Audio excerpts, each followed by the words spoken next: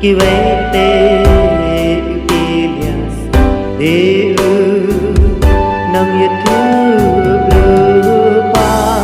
Jisu upai si Petros ban kali saya Petros plajai hanta melang Chris melang Chris khơn play ba in melang Chris melang Chris khơn play ba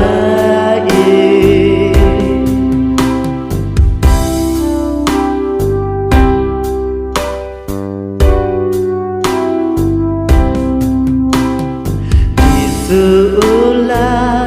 ang hau suk ma me ko Simon khun u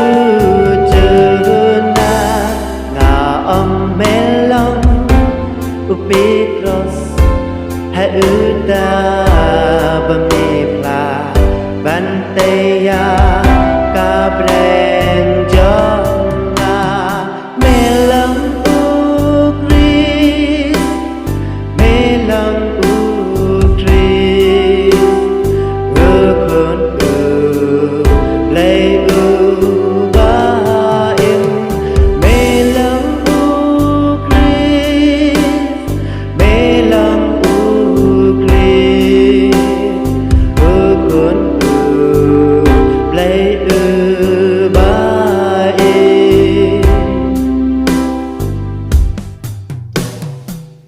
Ki kerdo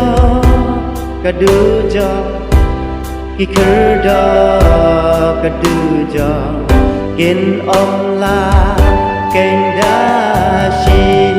sha Kan ai ham me Yishabi